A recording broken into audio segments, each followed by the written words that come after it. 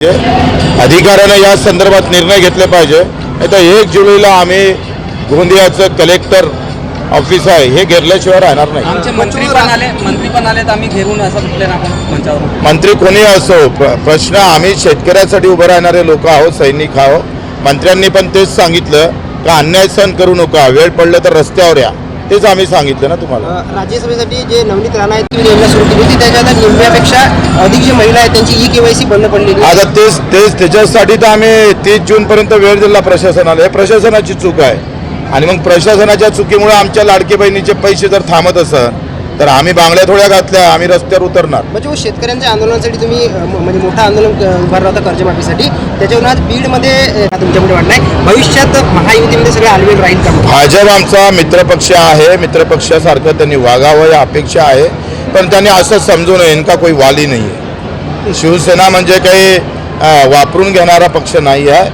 त्यांनी अशा पद्धतीनं जे काही जिल्हा प्रमुखाला त्रास भाजपच्याकडून होतं तो त्यांनी थांबवला पाहिजे। नाही थांबवला तर आम्ही तर त्याच्यात माहीर आहे। धन्यवाद। पहिले आता विषय शेतकऱ्याचा फार महत्त्वाचा आहे। मला वाटतं का शेतकरी आहे, मजूर आहे, या सगळ्या प्रश्नावर आपण जास्त आकर्षित ठेवलं पाहिजे। व्यक्तिमत्वावर गेल्यापेक्षा, कोणत्या व्यक्तीच्या बातम्या दाखवल्यापेक्षा माझ्या मजुराच्या, शेतकऱ्याच्या, लाडक्या बहिणीच्या बातम्या दाखवा ना तुम्ही। लाडकी बहीण मुख्यमंत्री एकनाथांची मागणी केली शेतकऱ्यांनी। आता मला असं वाटतं का काही गैरसमज आहे। बराच मीडिया, काही आमचे मित्रपक्ष, काही विरोधी पक्ष बच्चू कडूला टार्गेट करण्याचं काम करत असणार। त्याच्यामुळं बच्चू कडू शेतकऱ्यासाठी उरून पुरणारा माणूस आहे, शेतकरी महत्त्वाचा आहे। त्याच्यानं काही लोक मुद्दामून, कसं आहे, अशोकराव चव्हाण काँग्रेस सोडून बीजेपीत आले, बातमी केली नाही। 2 वेळा मुख्यमंत्री असणारा माणूस बीजेपीत आला, त्याच्याबद्दल कोणी बोललो नाही, पण बच्चू कडू शिवसेनेत आला याचं काही लोकांना खूप वाईट वाटतं। त्याच्यानं आम्ही काही पद भोगलेली माणसं नाही आहे, आम्ही कोणत्या पक्षातून पद भोगलं असं नाही आहे। 2 वेळा मुख्यमंत्री असणारा माणूस बीजेपीत जातं, त्याच्या बातम्या नाही, त्याच्याबद्दल वाईट बोलत नाही, पण बच्चू कडू मात्र बच्चू कडूवर टार्गेट करायचं, चौफेर टार्गेट करण्याचं काम, कारण तो सामान्य माणसाचा आवाज उठवतो। आम्ही आंदोलन केलं नसतं तर आज कर्जमाफी तुम्ही जे काही आहे ते पदरात पडली नसती। त्या सगळ्या संदर्भात उद्या 10 वाजता मी सविस्तर बोलणार आहोत। उद्या 10 वाजता मी प्रेस घेणार आहोत अमरावती जिल्हा मध्यवर्ती बँकेमध्ये। कशी कर्जमाफी असली पाहिजे, त्या संदर्भात काय बोललं पाहिजे, कशा पद्धतीने आंदोलन केलं पाहिजे, हे सगळं आम्ही ठरवणार आहे उद्या 10 वाजता।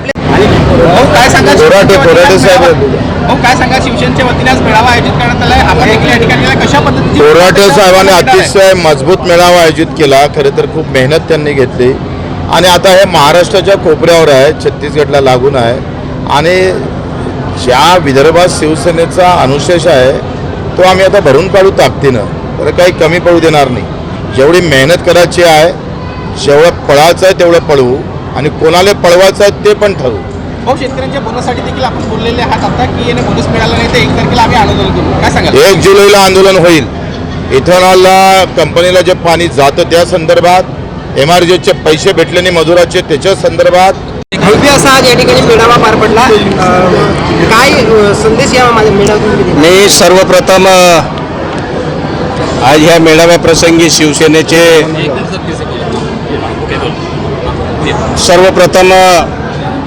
आज मी या भव्य मेळाव्याप्रसंगी शिवसेनेचे जे कार्यकर्ते, पदाधिकारी, मंत्री, आमदार हे ह्या ठिकाणी उपस्थित झालं, त्यांच्या सर्वांचे मी मनपूर्वक आभार मानतो, त्यांना खूप खूप धन्यवाद देतो।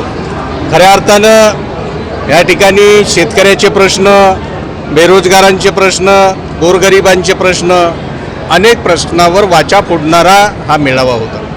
त्याचप्रमाणे जे रोजगार हमीचे पैसे मिळाले नाही, या ठिकाणी ज्या शेतकऱ्यांच्या मोटारीला कनेक्शन मिळत नाही, वाघ नदीवर असलेल्या शेतकऱ्यांना पाणी उचल करता येत नाही, हे सर्व प्रश्न घेऊन आजच्या मेळाव्यामध्ये ह्या प्रश्नांना वाचा फोडण्याचं काम करण्यात आलेलं आहे। नक्कीचपणे ह्या ठिकाणी आपले विदर्भाचे नेते, शिवसेनेचे नेते आणि शेतकऱ्याचे कैवारी, दिव्यांगाचे वाली आदरणीय बच्चूभाऊ कडू ह्या ठिकाणी उपस्थित झाले। त्याचप्रमाणे आमच्या शिवसेनेचे आणि महाराष्ट्राचे राज्यमंत्री सन्माननीय आशिष जायस्वाल साहेब हे सुद्धा ह्या ठिकाणी उपस्थित झाले। यांनी अनेक प्रश्नावर बोलले की आपण सर्वांना न्याय देण्याचं काम करू, जनतेला न्याय देण्याचं काम करू. त्याचप्रमाणे मनीषाताई कायंदे, त्याचप्रमाणे अनेक पदाधिकारी ह्या ठिकाणी उपस्थित होते. या सर्वांचे मी मनपूर्वक पुनश्च खूप खूप अभिनंदन करतो आणि येणाऱ्या काळामध्ये ह्या ठिकाणी शिवसेनेला खूप मोठी उभारी देणार एवढा शब्द देतो. जय हिंद, जय महाराष्ट्र, नमस्कार. साहेब, एकनाथ शिंदे साहेबांनी जी योजना सुरू केली होती लाडकी बहीण योजना, त्याच्यामध्ये आता निम्म्याहून अधिक ज्या महिला आहेत त्यांना लाभ मिळणार नाहीये. EKYCची विंडो बंद झाली आहे, कसं बघतो? तुम्ही चुकीचा प्रश्न विचारलेला आहे. कुठल्या आधारे आपण निम्म्या महिलांना लाभ नाही मिळत असं सांगितलं, हे आश्चर्याची बाब आहे. योजना सुरू होऊन आता 2 वर्ष होतील. मागच्या 2 वर्षामध्ये एकही पात्र महिला लाभार्थी वंचित राहू नये आणि एकही चुकीचा लाभार्थी लाभ घेऊ नये अशी आमची भावना आहे. 2.5 लाख उत्पन्न, गाडी नसलेले हे सर्व अफिडेविट आपण हमीपत्र घेतले होते. लाभार्थ्यांना त्रास होऊ नये म्हणून सोपी कार्यपद्धती मी स्वतः पुढाकार घेऊन त्या योजनेमधल्या ज्या अटी जाचक होत्या त्या सर्व रिलॅक्स केल्या.